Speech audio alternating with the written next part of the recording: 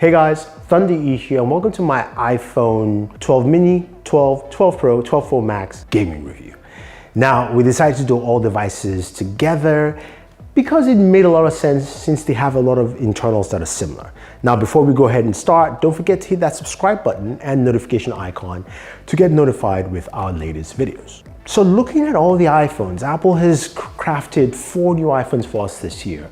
Very similar in design, of course, but also striking in differences.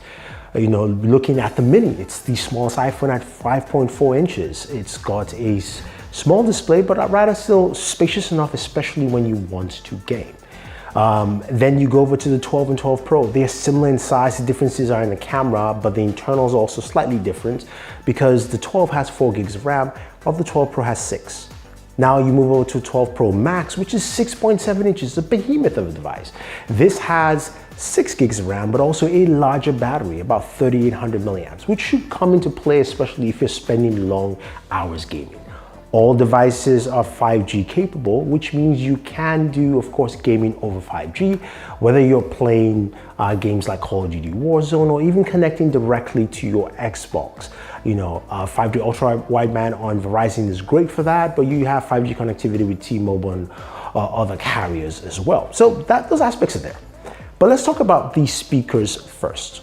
So they all have stereo speakers, including the mini. What's interesting is that Apple uses Dolby Vision for their cameras, but no Dolby Atmos, something we know a lot of Android manufacturers do use nowadays, which helps improve audio. So let's listen to the audio on all 4 of the devices, as well as the Galaxy Note 20 Ultra, for just a reference from the other side. And we can compare and contrast to see where they land. So let's roll that and play.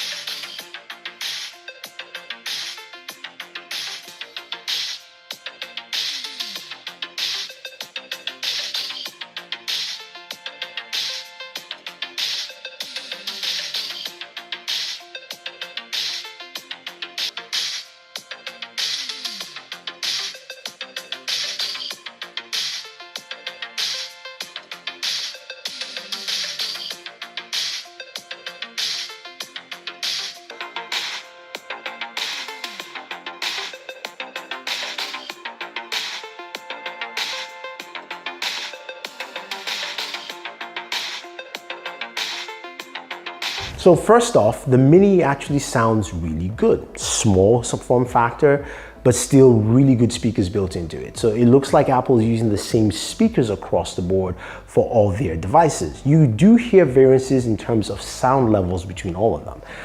The Pro Max sounds the loudest, and also I think just a pitch the clearest in all. Now, when you compare all of them to the Galaxy Note 20 Ultra, the Note 20 Ultra sounds more bassy, and you can hear that crunch within the middle where the bass kind of overcrowds just the middle a bit, while the iPhone, especially the 12 Pro Max, is more spacious there, so you can hear more of those syllables come out. If you want something with more bass, Dolby Atmos, Note 20 Ultra does it for you. The iPhone has much more clearer routines here. So I do like the speakers on all the iPhones. I think the Pro Max is slightly loudest, but the mini is definitely no slouch. Okay, so let's move over to gaming. What you guys have been waiting for with this video. How does the iPhone perform over time in gaming, right? Now, as I mentioned, you either will have 4 gigs of RAM or 6 gigs. 4 gigs for the mini and the 12, and 6 gigs of RAM for the 12 Pro and the 12 Pro Max. When it comes to game performance, doesn't matter if you're throwing Call of Duty mobile, which you do 60 frames per second across all devices, which is pretty nice. Although, remember, Apple doesn't have a higher refresh rate display, so it's capped at that, if you will. And you're playing games like PUBG Mobile. PUBG at its highest settings, we're all doing 39, 40 frames per second. That's also standard. When you go to Smooth Extreme, you go up to 60 frames per second on all 4 devices. Something you clearly see on the Mini, 12, 12 Pro, 12 Pro Max. Now, the game that everybody wanted me to spend some time with is Genshin Impact. Now, this is a game that we cranked it up to the highest setting, 60 frames per second. I know some people would say, no, you don't play like that. It doesn't matter. I want to see how this functions in terms of just performance. Now, in our initial gameplay with the 12 Pro Max, it didn't do so well.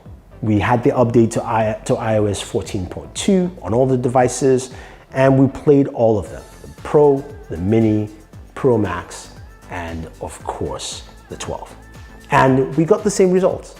Same frame rates, high, solid across the board for each of these devices, which was good to see. So it shows that the performance of the iPhone is pretty solid across the board depending on what you play. Now, there were some noticeable dips while playing, and you will not see that reflected in the frame rates you're seeing on screen. When you play over a longer period of time, you tend to see those dips. That's something that a lot of people won't tell you or show you. It's because you get that downclocking for one clear reason. These devices run super hot.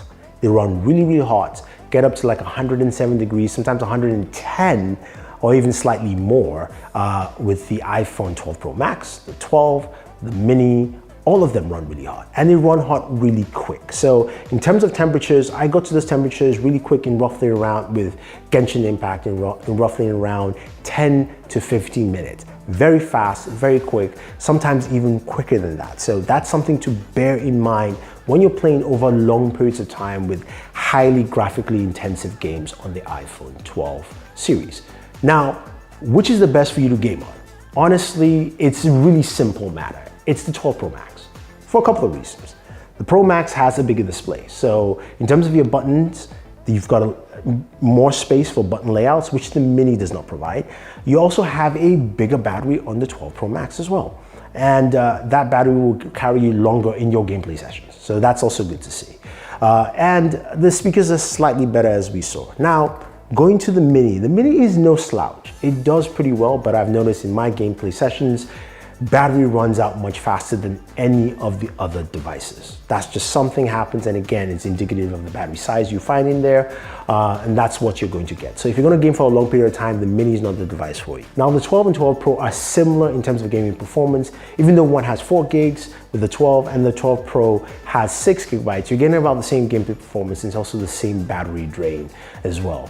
So I think when you look at the iPhone line, there is something for everyone in terms of size. If you're a gamer and you want to spend a lot of time mobile gaming, the Pro Max is where you want to go. The battery life is there for you on a longer period of time. The screen real estate is much larger for you, and you've got slightly better speakers, at least in my opinion. What I want to know from you guys is, which device do you have within the iPhone 12 line, and what do you think about them, especially when you're gaming, right? Let me know your thoughts, leave them down below. Now guys, if you have any questions or any comments, let me know. Don't forget to like, share, subscribe, and always enjoy entertainment.